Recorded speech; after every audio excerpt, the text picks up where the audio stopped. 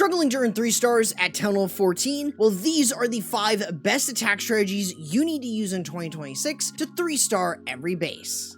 Kicking us off at number 5 is the Super Witch Smash. This still utilizes the Fireball despite its 5-tile radius at this level. We want to start off with the Warden himself though. We also want to use invisibility spells over nearby defenses, the Fireball, and 2 Earthquake spells to snipe a given area in terms of a few defenses. This is all for funneling, so if you can get the Eagle Artillery like I did in this example, that's really nice. Otherwise, you want to lure over the Warden with the Super Witches, while on the other side, you are funneling with the Archer Queen. Since she's able to reach over walls, you really don't need to worry. This way you can have the Barbarian King, the Apprentice Warden, and the Super Witches and Big Boys work in. You also have the Troop Launcher to provide balloons to protect your healers, so while your Archer Queen and Ice Golem are staying on the outside and basically setting up good funneling, you have a jump spell to dive into the core alongside a Rage to power everything up as they work through and deal with the enemy CC, but you also have the Ice Block spell that you can use to mitigate a ton of damage and allow the healers to heal most of your troops and heroes up a lot. You also have the Royal Champion that can be used to cut off the funnel as you work a little bit in, so you can use your Barbarian King, Spiky Ball, and Earthquake Boots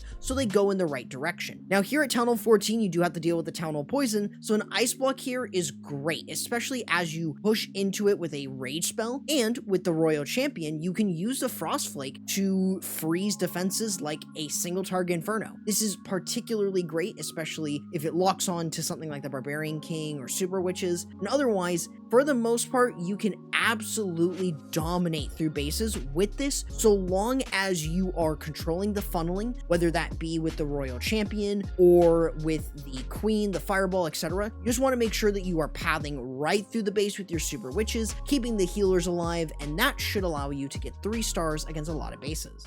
Moving over to number 4, we have the Mass Super Hogs. This is particularly strong here at Town Hall 14, especially after the Life Gem buff. What we're going to start off with is simply a Royal Champion charge. This doesn't need to use the Rocket Spear, you can use the Frost Flake and the Electro Boots, and you'll get plenty of value, as you want to make sure that you're using your invisibility spells every 4 seconds. All you're doing with the Royal Champion charge here is setting up funneling. This is going to allow your heroes to get more value, so you want to use it in an area to set up your hero dive. This way you can recall the Royal Champion back into your army to be used with the Super Hogs. You do want to cut off the other side of your funnel, so Baby Dragon and Yeti is perfect in this situation, so you're able to actually use a Super Wall Breaker, your Barbarian King, Archer Queen, Ice Golem, and the Log Launcher to open up the walls. Typically though, I would actually recommend when you're using the Log Launcher to actually take a Earthquake spell. This will break open the walls slightly quicker since the Earthquake does a bit more damage to walls, and it can also damage buildings, allowing the Log Launcher to get even better value.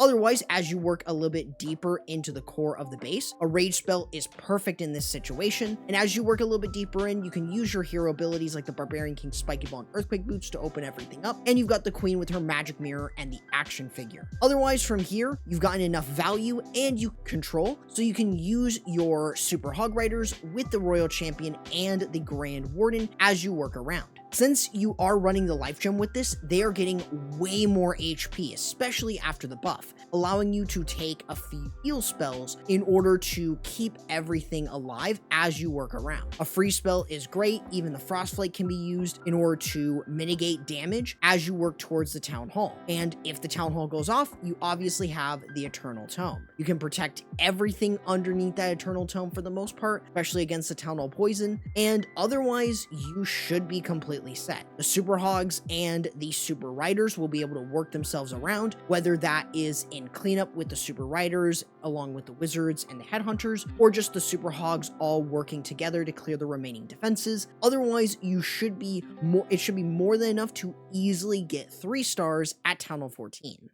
Now moving over to number 3, we have Electro Dragons, which are surprisingly strong, especially after their buff, but they're not as easy as you might think. You mainly want to start this off with funnel. E-Drag spammers don't usually funnel, so you want to start off with 2 to 3 Electro Dragons. A rage spell comes down to personal preference, and otherwise you should be able to clear one side of your funnel. Over on the other side, you're going to be using a few rocket balloons to snipe off any air defenses. This is going to really help you, but also using the giant arrow to snipe off any air defenses and sweepers, while having your Siege Barrack and Barbarian King to provide additional funneling. All of this is going to allow you to send in your Electro Dragons through the middle of the base. You have 2 win conditions in this certain situation, where you've got the Electro Dragons and you've got your heroes. As you work in, you should use the Eternal Tome and Healing Tome alongside the Rage spell to power everything up. The Electro Dragons, the Minion Prince, and realistically, as you dive a little bit deeper into the core, got totem spells to distract things like the scatter shots.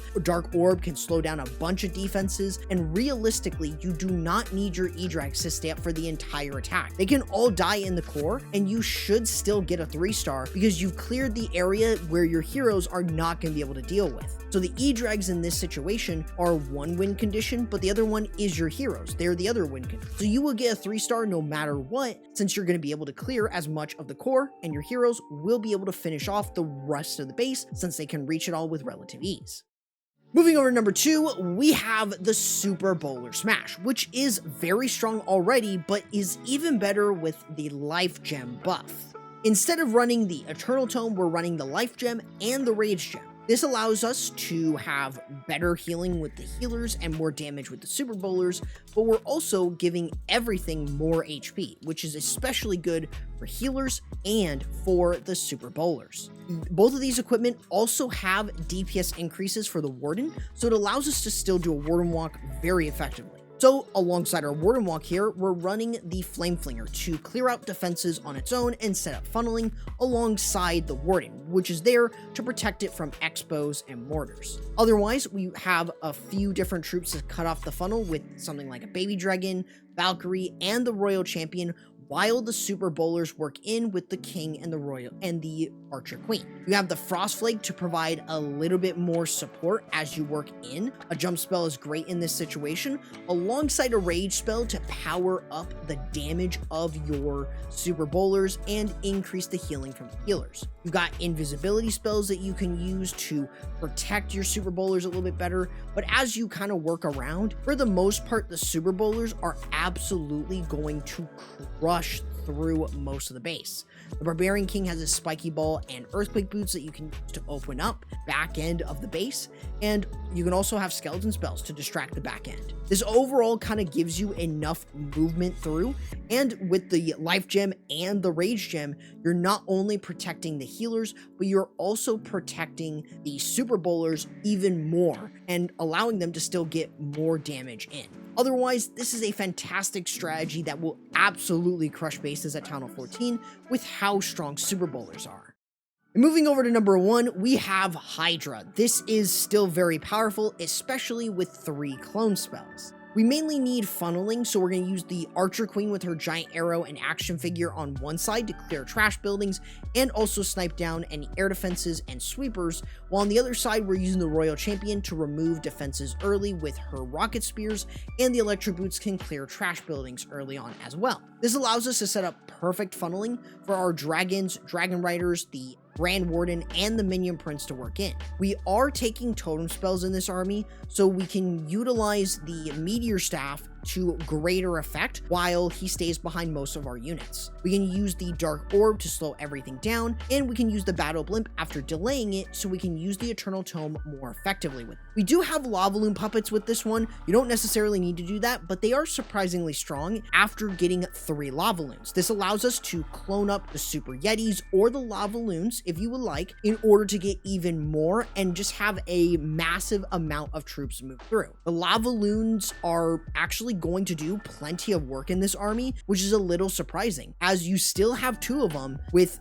1 tanking most of the Seeking Air Mines. This should allow your dragons to kind of move all around, and the extra tankage from the Lavaloons is absolutely great. This allows you to very easily 3-star with minimal problems. Now, each of these attacks will absolutely carry you through Town Hall 14, especially here in 2026 after the balance changes. But if you do need a refresher of what those balance changes were, I recommend checking out this video right here, but YouTube says you might prefer this one instead.